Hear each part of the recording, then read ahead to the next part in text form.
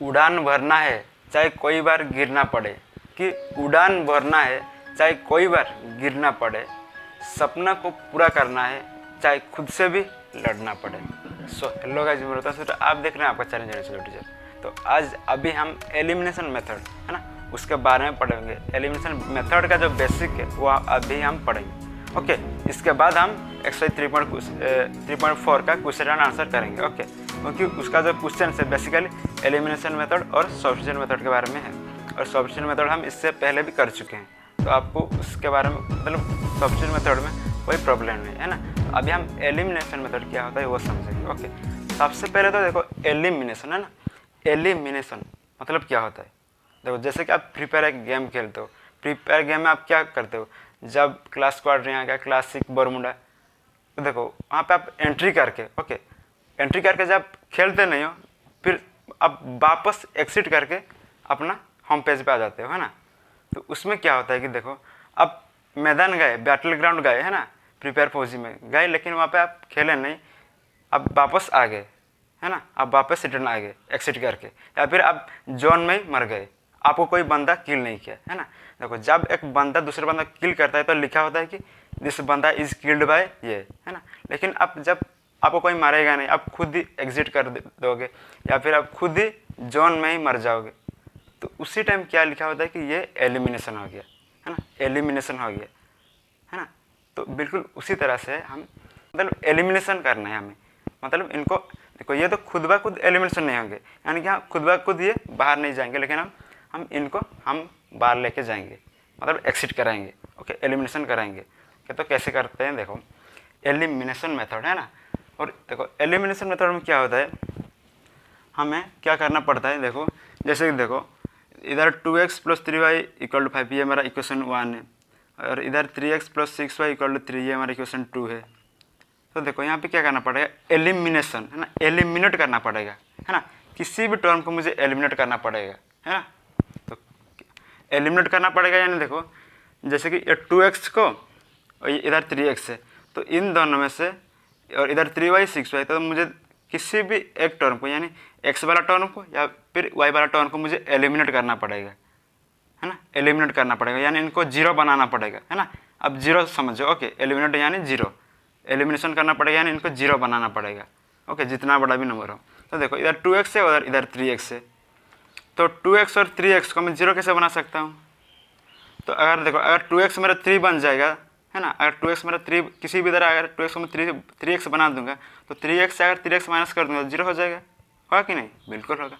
उसी तरह से अगर अब इस y वाला टर्म को एलिमिनेट करना चाहो, तो देखो 3y को मैं 6y बना सकता हूँ कि नहीं, बिल्कुल बना सकता हूँ। 3y को 6y बना सकता हूँ है ना, मल्टीप्लाई 2 करके, यानी 6y से 6y अगर माइनस कर दूंगा तो जीरो हो जाएगा, यानी ये एलिमिनेट हो गया है ना, ख़त्म है। इसी तरह यही होता है हमारा एलिमिनेशन मेथड। तो इसको हम सॉल्व करते हैं। ओके, इस वाला इक्वेशन को तो मैं एलिमिनेशन मेथड यूज़ करके सॉल्व कर रहा हूँ। ओके, तो मैं क्या कर रहा हूँ, देखो यहाँ पे मेरे लिए क्या आसान हो रहा है, देखो 3y को 6y बनाने में है ना, 3y को 6y बनाने में मेरे लिए आसान हो रहा है। कैसे, 3y को 6y कैसे बना सकता हूँ, और 2 इधर मल्टीप्लाई कर दूंगा इस साइड में है ना, तो मैं 2 इस साइड में मल्टीप्लाई कर दे रहा हूँ। ओके, 2x + 3y है ना, देखो 2 और 3 को इसी साइड में 2 को मल्टीप्लाई कर दिया है ना। तो देखो अगर इक्वल का इस साइड 2 को मल्टीप्लाई करना पड़ा, तो इक्वल का इधर भी 2 को मल्टीप्लाई करना पड़ेगा, ताकि हमारा जो इक्वेशन है वो बैलेंस रहे है ना, इक्वेशन में गड़बड़ी ना हो है ना। अगर इस साइड 2 को मल्टीप्लाई किया तो इधर भी 2 को मल्टीप्लाई करना पड़ेगा है ना। तो देखो ये वाला इक्वेशन ही है, तो इसको हम इक्वेशन 3 लिख लेते हैं। ओके, तो अभी इसको सॉल्व करते हैं। तो 2 × 2 = 4 और 2 × 3 = 6y और 5 × 2 = 10 है ना।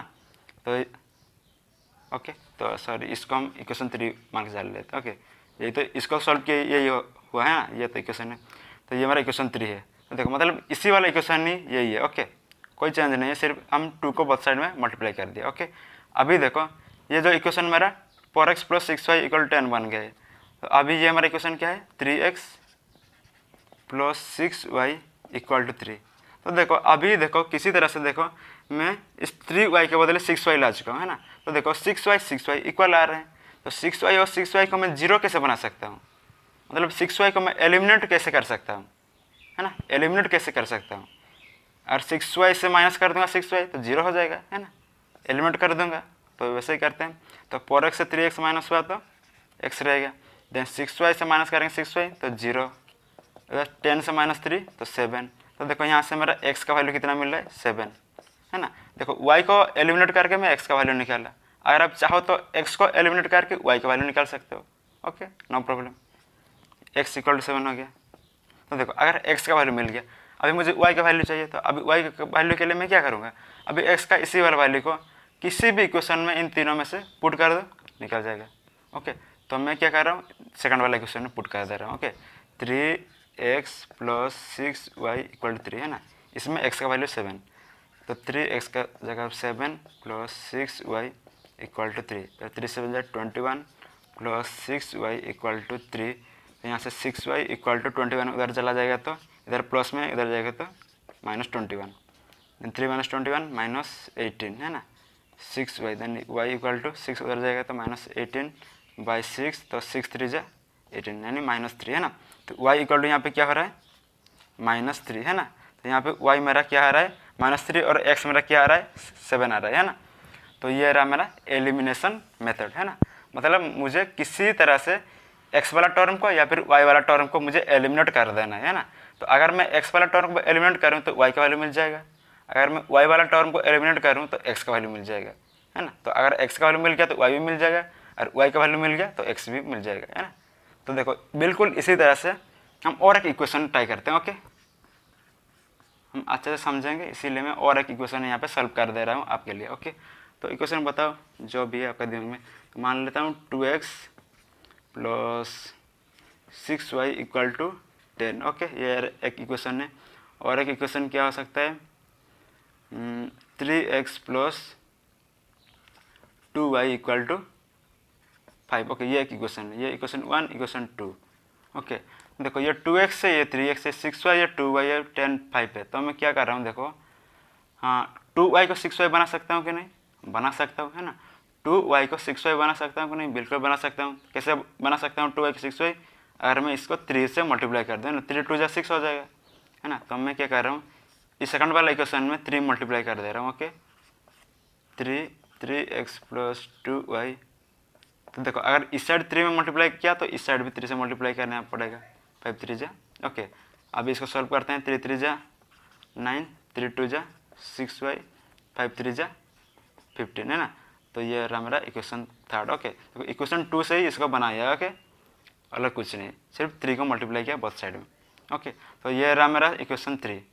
तो अभी देखो, अभी मैं क्या कर सकता हूँ, इक्वेशन 3 से मैं इक्वेशन 1 को माइनस कर सकता हूँ, है ना।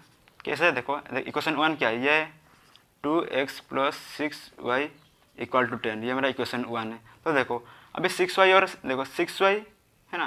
देखो इस 2y को मुझे 6y बनाना था, तो 6y बना चुका हूँ, 2y को 6y। फिर देखो ये 6y और 6y, है ना। तो 6y 6y हो गए। तो मैं 6y को 6y से एलिमिनेट कर सकता हूँ कि नहीं, कर सकता हूँ। अगर माइनस कर दूँ तो, है ना, तो माइनस कर देता हूँ।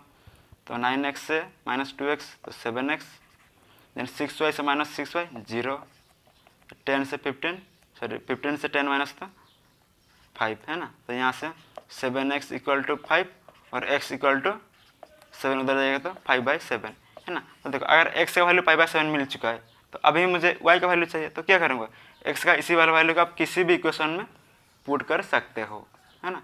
3 2 1 किसी भी इक्वेशन में x का इसी वाला वैल्यू को पुट कर दो, y का वैल्यू मिल जाएगा। तो मैं क्या कर रहा हूँ, फर्स्ट वाला इक्वेशन में पुट कर दे रहा हूँ। Okay, 2x plus 6y equal to 10, है ना, ये मेरा इक्वेशन 1 है।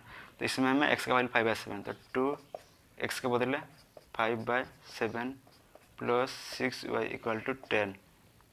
तो यहाँ से क्या आ रहा है देखो, 7 × 1 7, 2 5 जा 10 प्लस 6y, नीचे कुछ नहीं 1, देन 10। तो अभी इन दोनों को एलसीएम 7 और 1 का 7, तो 1 10 जा 10 प्लस 7 6 जा 42y, है ना, इक्वल टू 10। तो यहाँ से देखो 10 प्लस 42y इक्वल टू 7 को उधर भेज देंगे तो 7 इंटू में 10 हो जाएगा, है ना। 7 इधर आएगा तो मल्टीप्लाई 10 इंटू 7, 10 इंटू में 7। तो यहाँ से देखो 10 इंटू 7 कितना हो रहा है 70, इधर 10 प्लस 42y, तो 10 को भी उधर भेज देते हैं, इधर सिर्फ 42y बचेगा और इधर इधर +10 में उधर जाएगा तो -10 है ना। तो 42y इक्वल टू 70 - 10 60, यहाँ से y इक्वल टू 42 को उधर भेज देते हैं तो 60/42 है ना। तो यहाँ से y का वैल्यू मिल गया, x का वैल्यू मिल गया है ना। अब इसी तरह से किसी भी इक्वेशन को आप एलिमिनेशन मेथड से सॉल्व कर सकते हो। तो आई होप कि ये एलिमिनेशन वाला मेथड आपको समझ में आ चुका है ना। अब इसके बाद आप एक्सरसाइज 3.4 के सारे अगर क्वेश्चन करना चाहो ना खुद कर सकते हो, ओके। क्योंकि उसमें सब्स्टिट्यूशन मेथड है और एलिमिनेशन मेथड है। एलिमिनेशन मेथड समझा चुका हूँ और सब्स्टिट्यूशन मेथड इसके पहले वाला एक्सरसाइज में ऑलरेडी हम कर चुके हैं, है ना, बिल्कुल क्रिस्टल क्लियर है ना। अभी अब एक्सरसाइज 3.4 के क्वेश्चन पर जाओ और उसको करो, ओके।